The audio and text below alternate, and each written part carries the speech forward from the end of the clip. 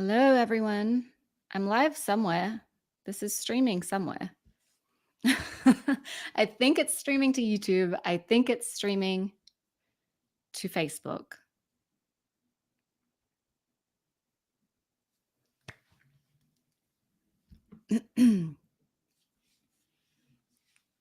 Okay, hello.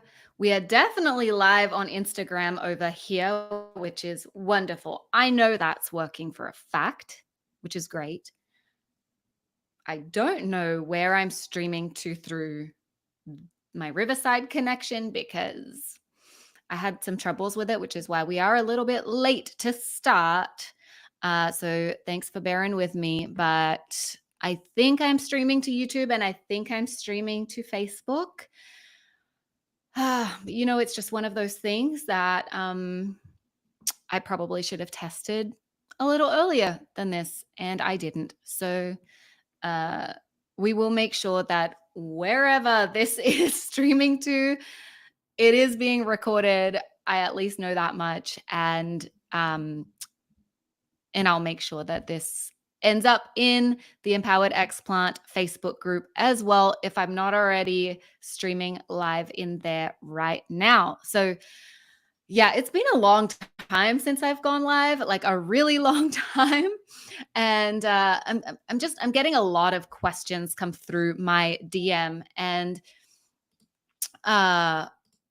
while let me just put my phone and everything on Do Not Disturb.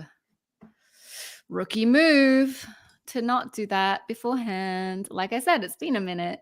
But I'm getting a lot of questions in my DMs about explant surgery. And they're all such amazing questions. And I realized that if you DM me a question, that means that there's a bunch of women out there that have the same question.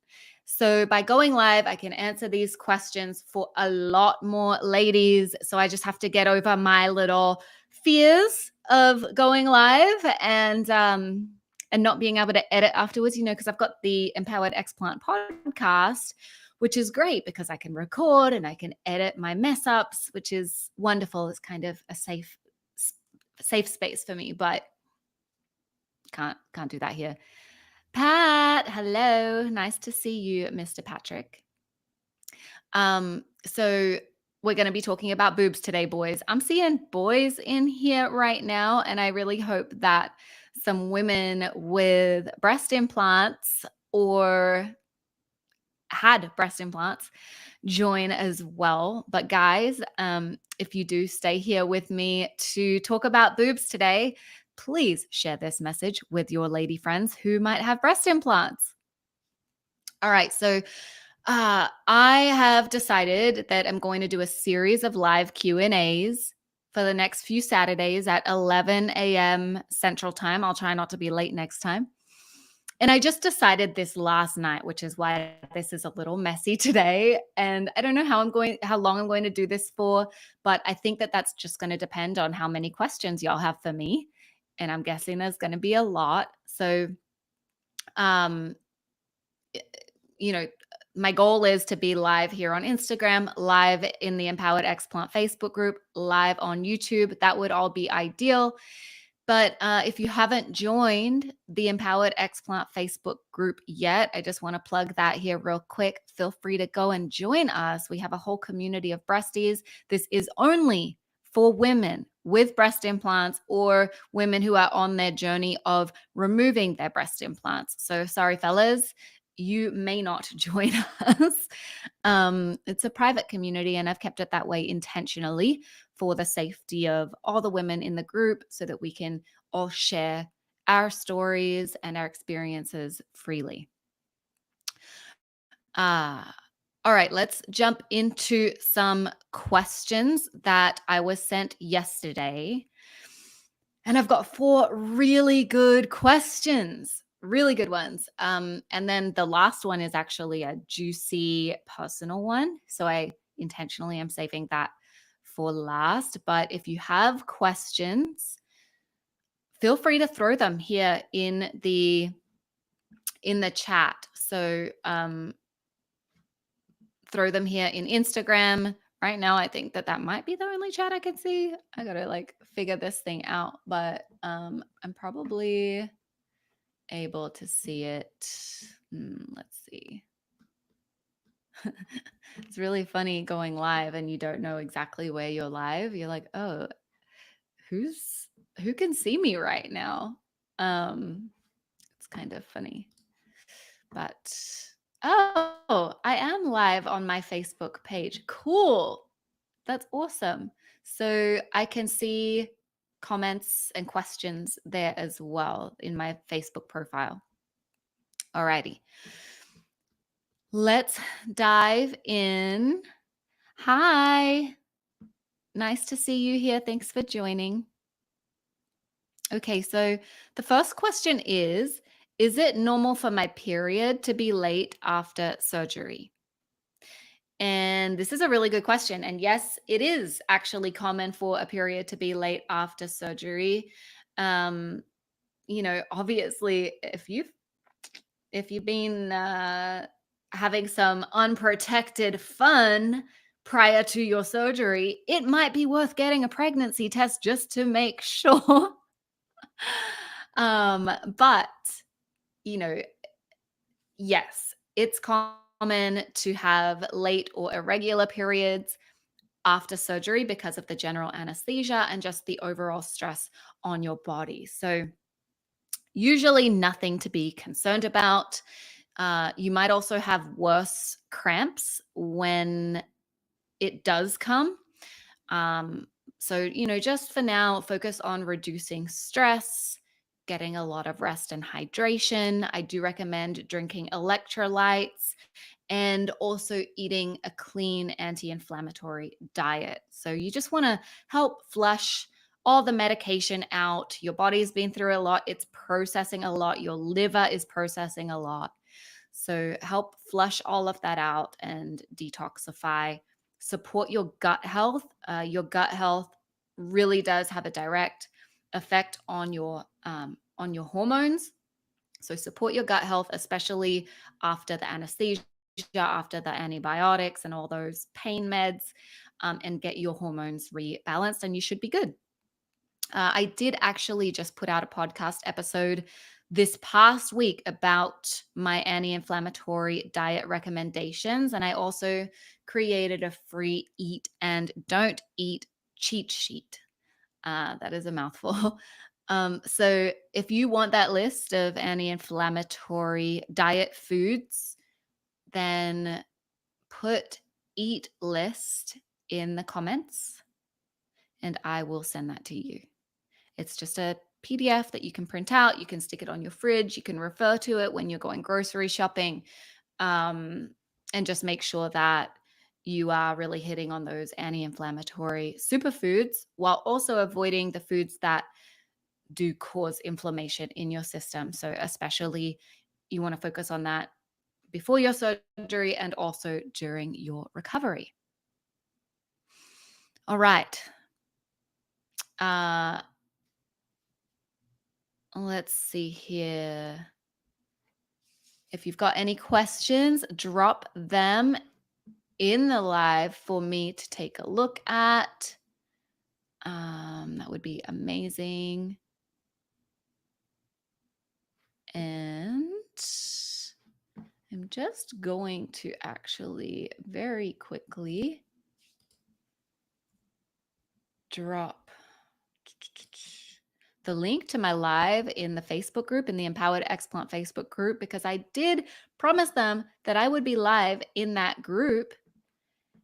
And unfortunately, my live stream did not go into the group this time. It went to my personal Facebook profile. So I'm just going to drop that in the group live here now for Q&A. Boom. Okay. See, like I like to creatively problem solve on the fly, and that's what we're doing right now. So that is taken care of, and now no one's going to miss this. All right. So question number 2, Also a great one. How did you choose your explant surgeon? Oh my goodness. And it's funny. This is a while ago now for me. I mean, I'm coming up on 3 years after explant, which is crazy. But choosing a surgeon is one of the first key decisions you have to make, and I think the most important one. Your life is literally in their hands, which is a big deal. Um, I spent an entire year researching before I booked my surgery. I spoke to a couple of different surgeons who had different opinions on the type of procedure. So I was feeling pretty confused. I remember, thinking like, oh, one surgeon said to me, like, if you were my sister, even if you were my sister, I would tell you to leave your capsule in. And I'm like, okay, that's firstly a kind of weird thing to say. But uh, secondly, like, she was kind of just giving that blanket advice to everybody. And it was just kind of a weird conversation with her. And then I spoke to a couple of others that had different thoughts and opinions.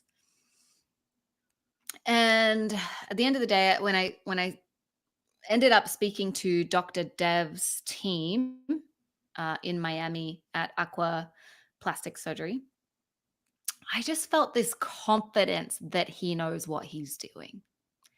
There was like no doubts that were in my mind as far as his capability to perform this surgery and to perform it well. So I looked for three major things. Number one, belief in breast implant illness. Number two, experience in explant surgeries and total capsulectomy, because that's what I wanted. I wanted my capsule removed because I had a lot of breast implant illness symptoms, and tons of positive independent reviews from women who had the same procedure, which is also important. Um, and there were just so many positive independent reviews, which made me feel really confident.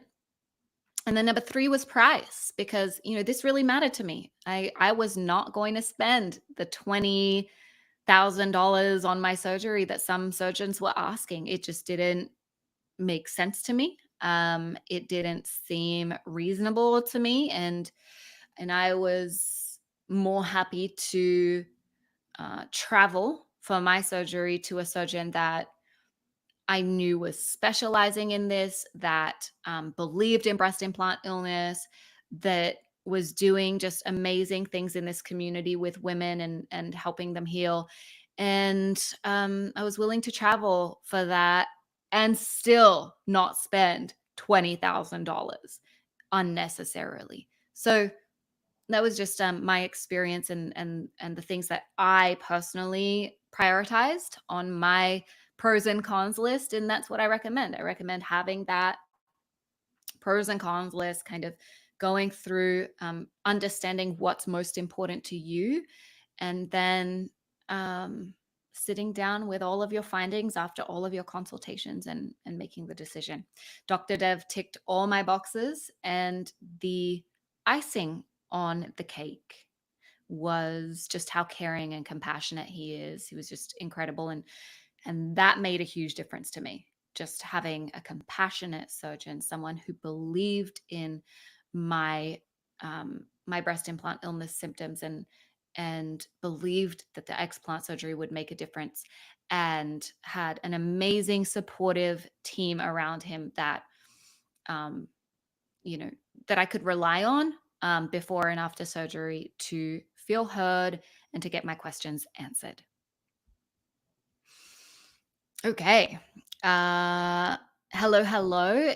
If you've just joined me here, hi. Nice to have you here. We are doing a explant surgery question and answer session, which is a lot of fun, and answering some great questions that have come in from women on their journey of removing their breast implants. And there are so many questions that pop up along this journey. So thanks for being here. And, I just want you to know, if you have questions as I go through, feel free to drop them here in the chat, or in the comments, wherever you're watching. I'll try to get to them today. Otherwise, this is a series. I'm going to be going live every Saturday at 11 a.m. to answer your questions. So drop your questions for me and I will get to them. Okay, next question. Is it safe to take oil of oregano before and after surgery? Okay, so let me just take a quick sip of my smoothie because, whoa, I need some water after that. That was thick. I did not have any breakfast this morning and I was getting ready for this live. I'm like, oh my goodness, I need to put something in my stomach. All right, oil of oregano. Is it safe to take it before and after surgery? First up, my very first answer to that is always check with your surgeon before taking anything, please. This is not medical advice that I'm giving right now. Disclaimer. So anything that I say, just it is not medical advice. Check with your surgeon. For those who don't know, oil of oregano is a powerful natural antibiotic. And some people choose to take this instead of prescribed antibiotics. Usually, if you're very sensitive or allergic to antibiotics, if you have some real gut health issues, antibiotics are obviously very hard on your gut. So there are different reasons why some people just feel very strongly about a holistic approach. That said, always check with your surgeon before making the decision to use oil of oregano instead of prescribed antibiotics. Okay, that's a big decision to make. And from what I know, you shouldn't take oil of oregano within 2 weeks before your surgery because it can increase risk of bleeding. So avoid it within 2 weeks of your surgery. Your surgeon should give you a list of what to avoid before surgery. But if this is something that you are considering taking, speak with them about their recommendations for it. Okay, that's really, really important because you don't want to take anything that's going to cause you trouble on your surgery day or cause your surgery to be delayed or canceled. So oil of oregano can be used as an oh my gosh, sometimes like my brain gets confused between Australian accent and American accent. Antibiotic is one of those words. So but it can be used as an antibiotic after surgery. Taken orally in capsules is typically the best way. And I do have a document that explains the dosage on that. So if you want that document, type oregano in the comments, whether you're here with me live or whether you are watching the replay, type oregano in the comments and I'll send that document to you. It's also got some recommended products in there that you can look at using. I personally planned on using oil of oregano for my surgery recovery instead of antibiotics. But at the very last minute, I think like the day before, I changed my mind and I decided to take the prescribed antibiotics because, oh man, I hate what antibiotics do to our gut health. I protect my gut health, but I didn't want to take any risks with infection or anything going wrong. So I decided to take the prescribed antibiotics. Plus, I was also following a gut health protocol.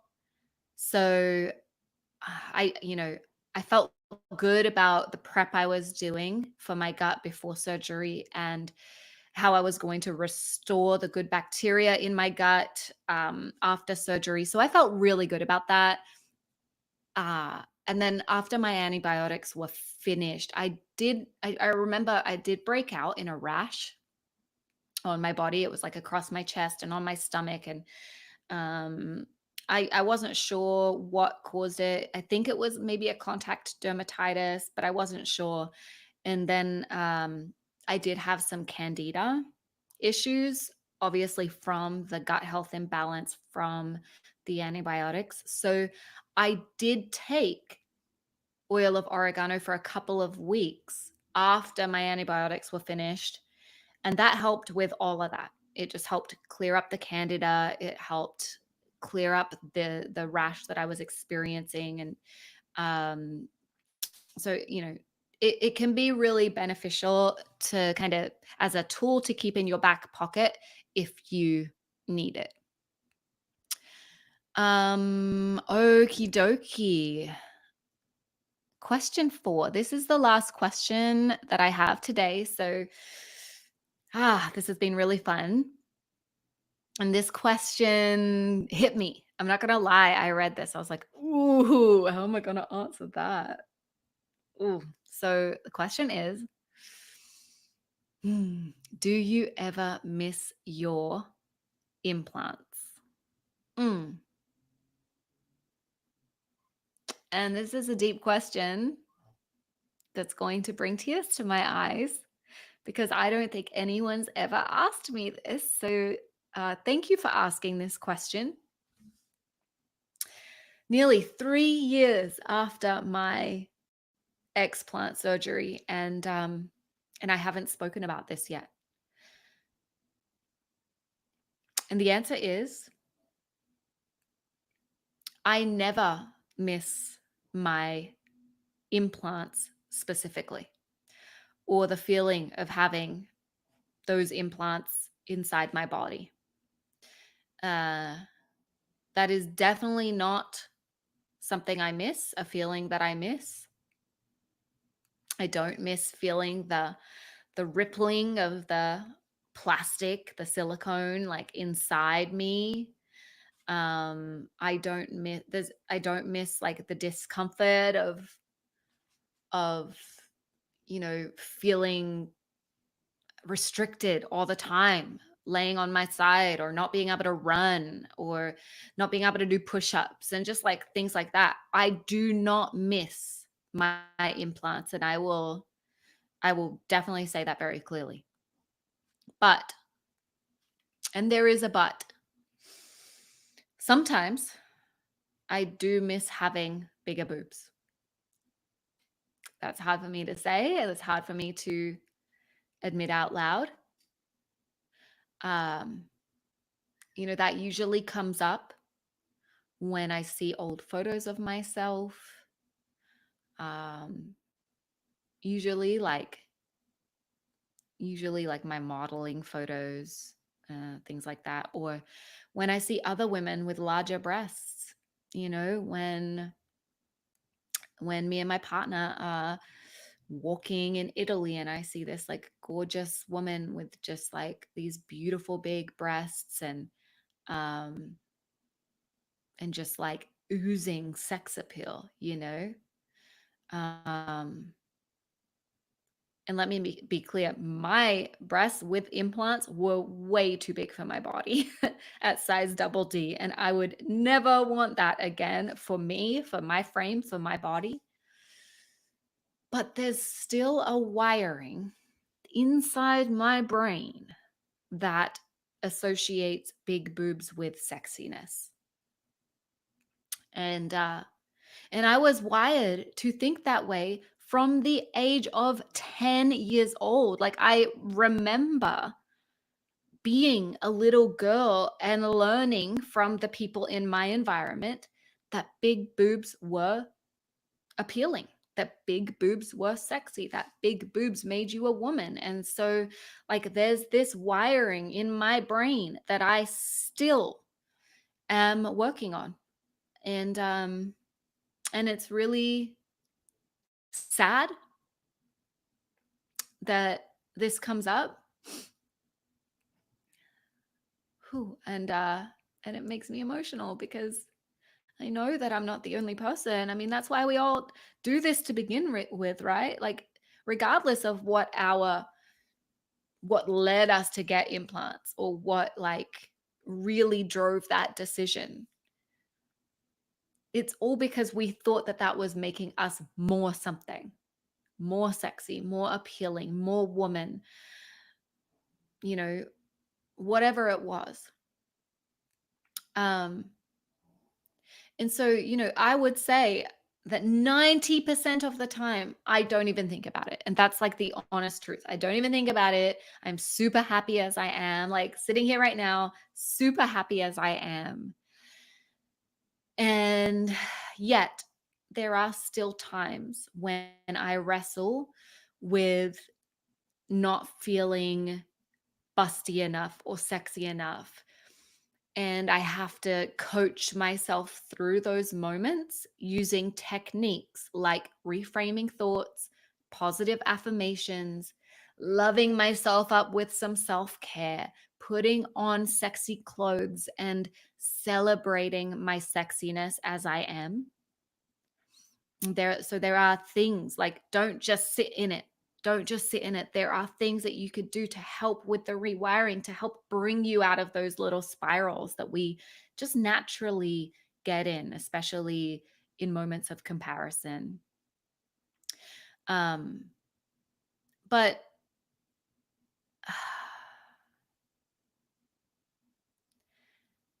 let me tell you this.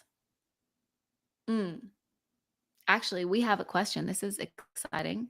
Kyla, thank you for your question. And I believe that yeah, this is, I mean, I love this question from you. Thank you. Are you truly happy with the way your breasts look? How long did it take you for you to love them post implants? Great question.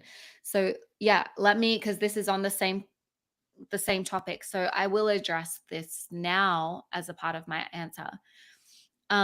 Yes, I am truly happy with the way my breasts look, and I can say that honestly with confidence, considering what they've been through.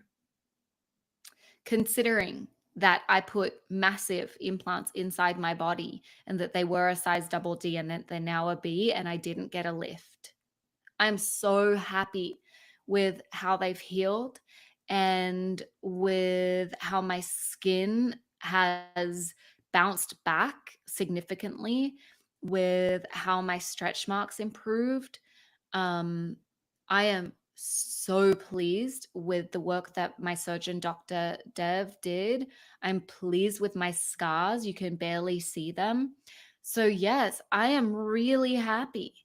I'm happy with the amount of tissue that I do have. Um, I'm happy. I am. Are they perfect? No. Do I have some stretched skin still? Yes. Um, yes, I do. And it's been a process of accepting those imperfections as a part of knowing that this is a part of my journey. Um, and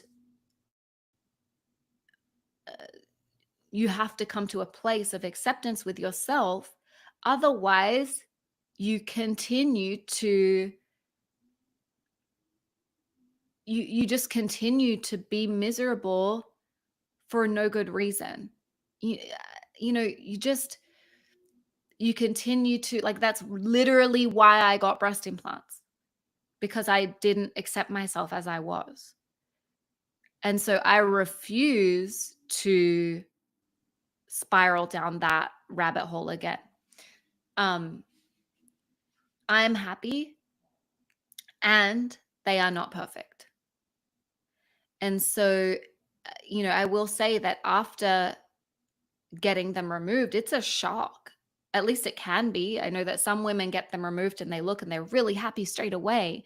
For me, it was a shock. I remember looking at my breasts in my surgeon's office and just feeling like immense, like, shock. Like, wow, this is different and scary. And it takes time for your brain to actually get used to seeing yourself differently. And so I would say it took uh, a couple of months for me to not still see myself um as like strange when I walked past the mirror. I think initially afterwards, even a few weeks afterwards when things were settling, I would walk past the mirror. I'm like, "Whoa, who's that? What is that?" Like that my side profile was weird. I felt strange when I looked in the mirror. It felt like I was looking at a stranger just because of the difference. But then a few weeks later, I felt more like myself than I had felt in years. And it was a reconnection with myself. Um, and like I said, I don't miss my implants, but what I miss more than bigger boobs is because sometimes 10% of the time I miss having bigger boobs. And I think that that's just because that's what I got used to for so many years. And like I said, like it's the rewiring of my brain. But what I miss more than bigger boobs, get this, what I miss more is my original set. Oh my gosh. That's what I miss. When I like really boil it down, when I really get to like the core of how I feel about it, I mm, I miss my original boobs before getting implants. And I sometimes get caught in the spiral of regret that I ever got implants to begin with. And that's the part that gets me the most. It's not the missing my implants, it's the missing before implants. It's the why did I ever do this to myself that gets me. So when I see the imperfections, when I see, any stretched skin, when I see those things, it's not that I miss my implants. It's why the F did I choose this? Um and sometimes, just I get caught in that spiral of regret, and that's usually my trick there is how I kind of bring myself out of that is talking to God. I am very strong in faith. I'm sorry if y'all can hear my dog snoring right now next to me. It's very cute, but it might be a bit annoying if you can hear it. But my microphone's pretty good, so hopefully it's cutting it out. Um, but yeah, I that's when I talk to God, and I thank him for the lessons that I've learned. Um, because without going, it probably would have been something else, let's face it. Right? Like I had to learn to accept myself and to love myself and to be in gratitude for my health somehow, right? So if it wasn't breast implants, I probably would have done some other dumb shit. To be honest. So I come back to God and I thank him for these lessons and for giving me the gift of my health back, which is just the most incredible blessing that I could possibly ask for. And I come back to a place of gratitude for this work that I'm now able to do in being a voice and an advocate in this space, in the explant space. Being able to help women on their explant journeys and to support all of you and to spread this message. And hopefully, my biggest goal is to help young women not do this, or any woman at any age, to not do this to themselves to begin with. Um, So yeah, that was a really long answer to that question, but I think it all, like I said, I'd never been asked that question before, and I'm so glad you asked me that because it brought up a lot, and I had to do some processing of that publicly here with you all watching live, which made me sweat a little bit.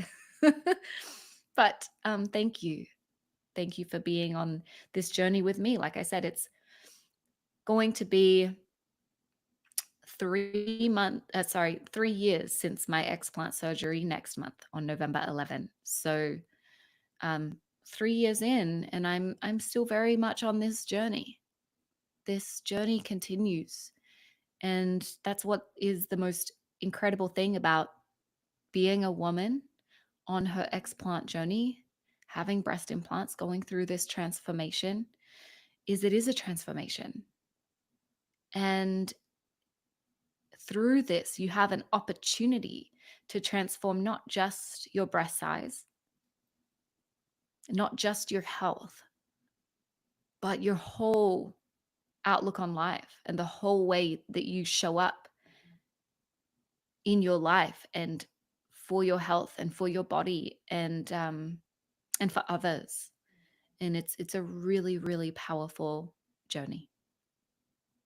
All right, and if you're here with me live, thank you. I'm seeing some amazing uh, comments here.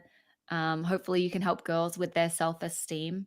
Yeah, and that's a really big part of this, and a part of my mission. I really feel on this earth is to be a voice in that space, and I think we all can. Everyone that's been on this journey can share messages with girls, whether we explant and we feel really good about our results, or we explant and we don't.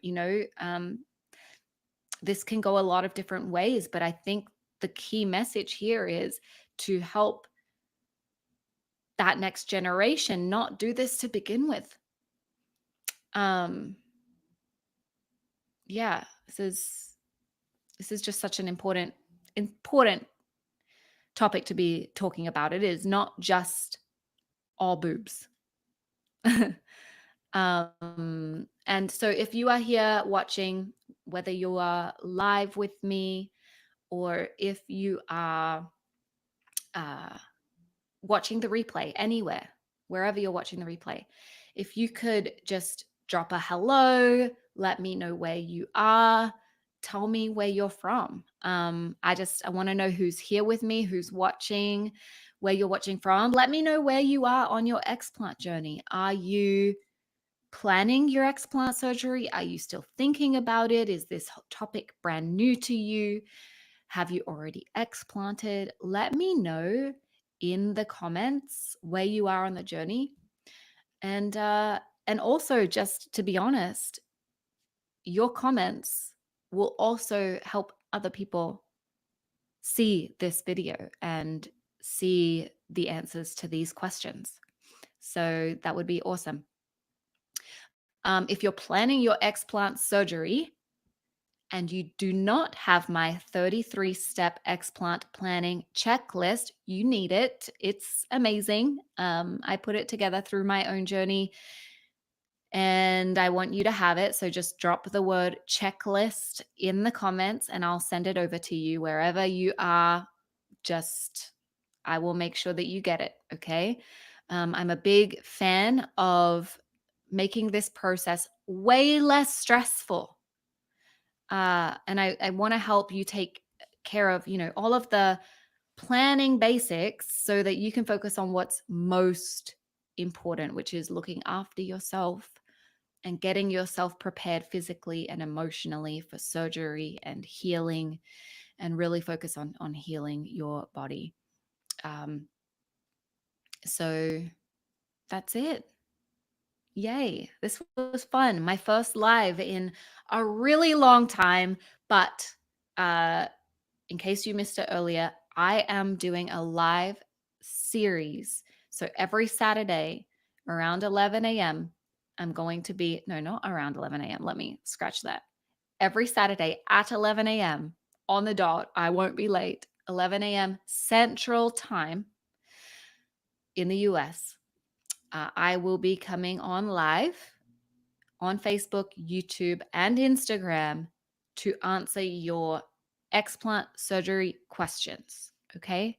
So ask your questions to me. If you're watching the replay, drop your questions for me either in the comments or send me a DM with your questions, and I will make sure that they get answered in one of these live Q&A sessions. This is a lot of fun, and I do really appreciate you asking the questions because so many women have questions inside them that they don't even ask.